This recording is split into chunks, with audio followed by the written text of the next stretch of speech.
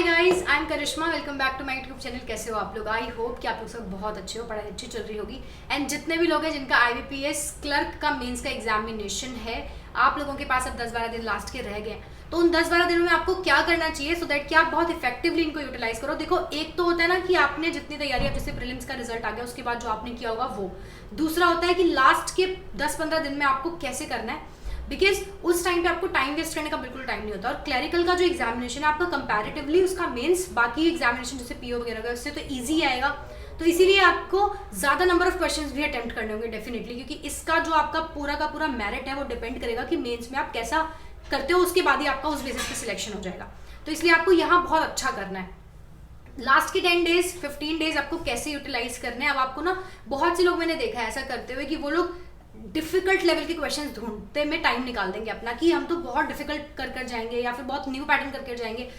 इस टाइम में ट्रस्ट में आप लोगों को ऐसा लगेगा कि आपने बहुत कुछ मिस कर दिया और मैं ये भी पढ़ लूँ, बट उस चक्कर में आपका सिर्फ टाइम वेस्ट होगा कुछ भी नहीं इसमें। बट जो लोग स्मार्टली और स्ट्रैटेजिकली पढ़ रहे हैं ना, कि उनको पता है कि हाँ लास्ट में क्या क्या चीजें पढ़ के फायदा हो सकता है, तो वही चीजें करो। लास्ट में आपको करंट अफेयर्स पढ़नी चाहिए, क्योंकि उन्हें पढ़ोगे वो रिटेन भी कर पाओगे और वहां पर एग्जामिनेशन में जाके जब उनको टिक करोगे तो आपको मार्क्स ऑटोमेटिकली मिलेंगे, 1 नंबर मिल जाएगा, ठीक है। लेकिन अगर आप इस तरह से टाइम वेस्ट करोगे अपना हाई लेवल के क्वेश्चन या डिफिकल्ट लेवल ढूंढने में, नया पैटर्न ढूंढने में, और उसके बाद फिर उसको करोगे, क्या पता वो वाले क्वेश्चन वहां ना आए, वो आपको हेल्प भी ना हो और आपका सारा दिन भी इस चीज में वेस्ट हो जाएगा। एक तो अपने करंट अफेयर्स में बहुत ज्यादा ध्यान दो, ठीक है, करंट अफेयर्स अच्छे से पढ़ो। दूसरा, रीजनिंग को काफी टाइम दो, क्योंकि रीजनिंग बहुत स्कोरिंग आती है, एंड रीजनिंग में भी क्रिटिकल रीजनिंग जो होता है वो बहुत स्कोरिंग टॉपिक होता है आपका। देखो, उसमें आप ना अभी से एक ही क्लास भी अगर लोगे ना, 1 घंटे की कोई क्लास है मान लो, और आपको लगेगा कि यूट्यूब पे हम कहाँ से देखें, तो यूट्यूब पे नॉर्मल बैंकिंग में आपको नहीं मिलेंगी वो क्लास, लेकिन कैट लेवल सर्च कर लो तो, लेकिन जो इजी वाला होगा आपको समझ आ जाएगा। तो आपको क्या करना है, जो अजम्पशन वाले क्वेश्चंस होते हैं, स्टेटमेंट अजम्पशन, स्टेटमेंट कंक्लूजन वाले क्वेश्चंस, आर्गुमेंट वाले क्वेश्चन है, वैसे आपको मिल जाएंगे। तो उनकी सिर्फ एक क्लास देखो रोज, ठीक है, वो आप वहां से करो। क्रिटिकल रीजनिंग आपने कर ली, फिर जो DIs आपने ऑलरेडी कर रखी है, मान लो आपने यूट्यूब से कुछ हाई लेवल की DIs कर रखी है, उन्हीं को वापस रिपीट कर लो एक बार, सिर्फ उनको देख लो, नए के पीछे मत भागो, अपना टाइम नहीं वेस्ट करना। जो चीजें आपके पास अवेलेबल है ना, उन्हीं को और ज्यादा एक बार रिवाइज कर लो, पक्का कर लो, ताकि आपके कॉन्सेप्ट्स आपको याद हो जाए और फिर वहां जाके आप एग्जामिनेशन में उनको कर पाओ। एंड लास्ट में जो आपके करंट अफेयर्स है ना, उनको तो आप बहुत ही अच्छे से करो, जैसे कि आपको मंथली PDFs वगैरह होंगी, उनको रिवाइज करो, क्विजेस दो, एंड साइमल्टेनियसली अगर आपको 100 MCQs की कोई PDF मिलती है या नॉर्मल MCQs की PDF मिलती है, 1 लाइनर की PDF मिलती है, जैसे अभी रिसेंटली आपने देखा होगा एग्जामिनेशन में क्या ट्रेंड आ रहा है, जैसे आपका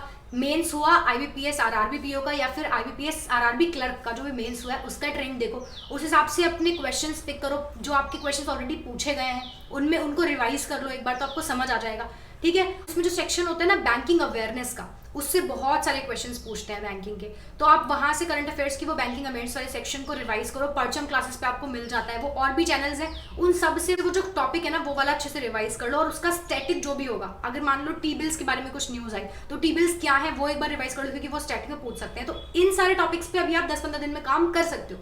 बाकी और नई चीजें सीखो बिल्कुल भी मत। एंड इंग्लिश जो कि बहुत मेजर इंपॉर्टेंट रोल प्ले करती है और आपको काफी अच्छा मिल सकता है उससे बेनिफिट, तो उसके लिए सेक्शनल टेस्ट दे दो।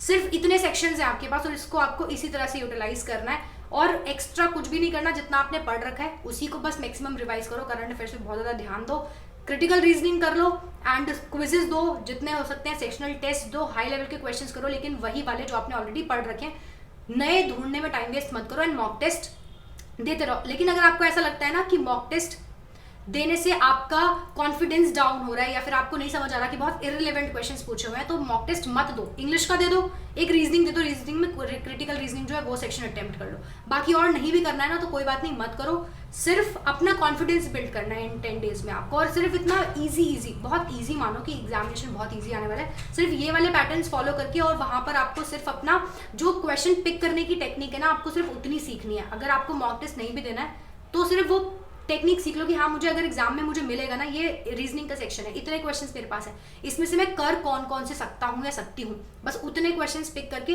वो सॉल्व करके देख लो। टाइमर के साथ नहीं करने तो कोई प्रॉब्लम नहीं है।